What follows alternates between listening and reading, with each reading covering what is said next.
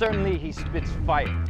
The latest in a long line of lyricists steering the sinking ship through the methodical madness of man on earth. Worth his weight in salt, captain of a new cult, subliminal soldier serving the sole purpose of solving the soul's purpose. My passion for poetry and for rhyme writing has just opened up the world. My Africa is bold, my Africa is innovative, my Africa is leaderful. Ewok, hip-hop flavored spoken word artist, Durban, South Africa. Spoken word as a performance practice, as a poetic practice, is very testimonial in nature. It's about someone standing up and performing themselves. Forget about the color of the skin you're keeping clean when gold shines on mines. Artist Ian Ewok Robinson has been presenting himself on stages all over the world for years. Being on stage is just something that I've always loved. Through my poetry and through my performance, I try to be as personal as possible in a way that allows other people to respond in a personal way, so that we can jump straight to the one-on-one, eye-to-eye, face-to-face connections. Certainly he spits fire, fighting for his right to recite his writing, written with the sole intention of settling his soul's tension, swinging into intense action when his pen swings, decapitating the tyrannical heads of his many states of being human. Ewok's love for the art started when he was just a toddler. Who started rhyming actually about the age of 3. I can remember his first rhyme. There was the Monty Python thing, I'm a lumberjack and I'm okay. You know, I work all night, I work all day. But he changed it to I eat all night and I poop all day. So that was his initial step into becoming a spoken word poet.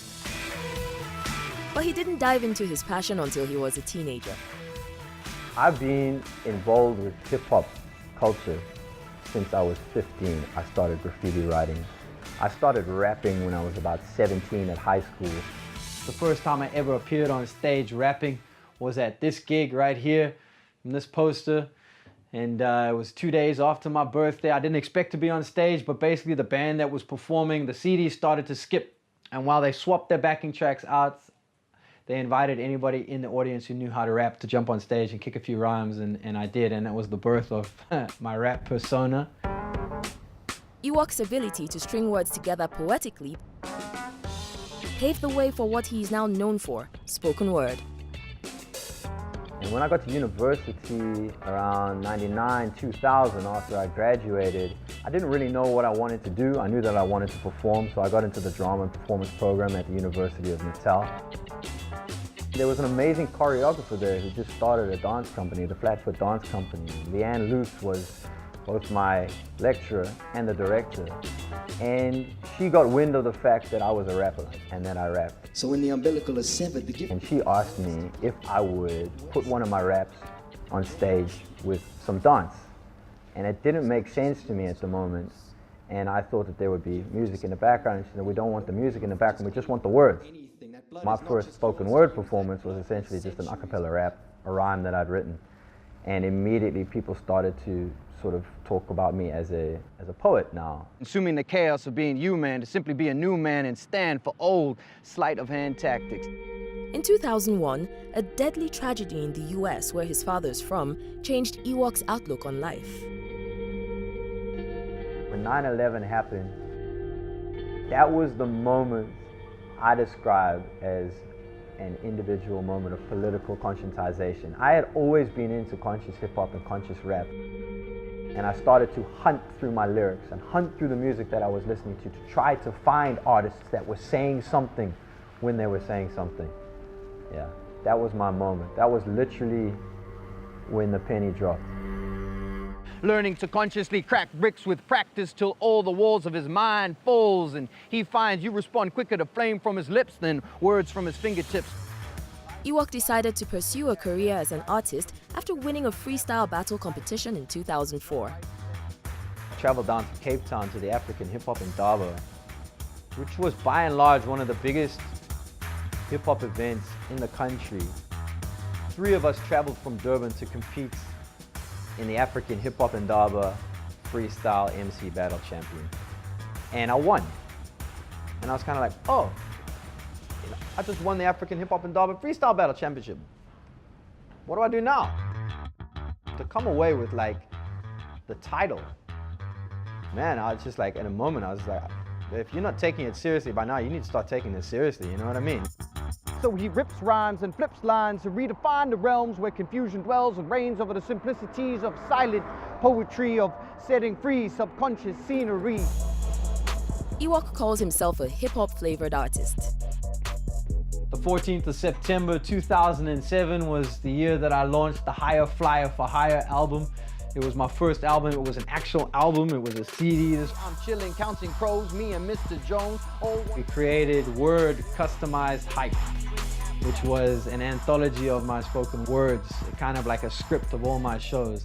I got myself published as a poet, recorded myself as an artist, kicked it live, and every year has just been another one of those steps, another recording, another publication, another performance. Ewok, who's also a graffiti artist and painter, We're gonna try and get the can to spit at the wall. teaches his crafts to young ones. I'll come up here, all right? Certainly, he spits fire. With a certainty born from the need to feed free will, he will free the flames of his brain to form a framing frame that contains a cold heart that beats against the bars of a prison. We all chillin', killing cold concepts of being cool by freeze framing the flame.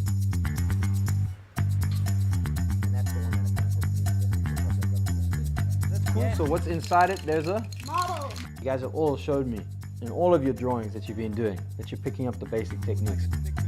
My ultimate expression of self and creativity is when I'm working with other people on their creative development, where they are able to draw on me and draw from me in whatever way they need to, in whatever way they see fit.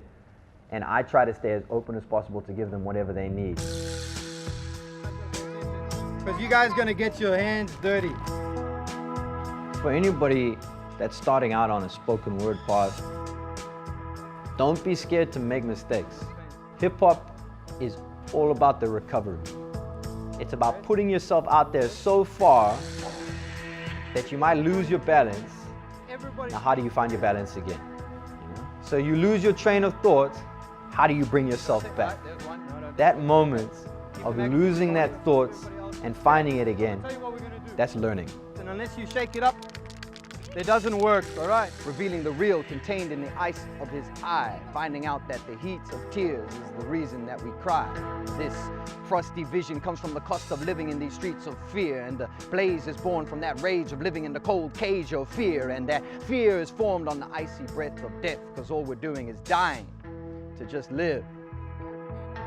I feel successful when I find myself doing what I love, doing what fulfills me, and doing it every day without worrying about whether or not I should be doing it or why I should be doing it. I think I can consider myself successful because I am a satisfied human being right now. So he's dying to keep trying to twist his tongue till all the terror of these tables has turned, turning his saliva into sparks to spark the hearts of all concerned, because you learn quicker once you've been burned. Certainly he spits fire, even his whispers blister.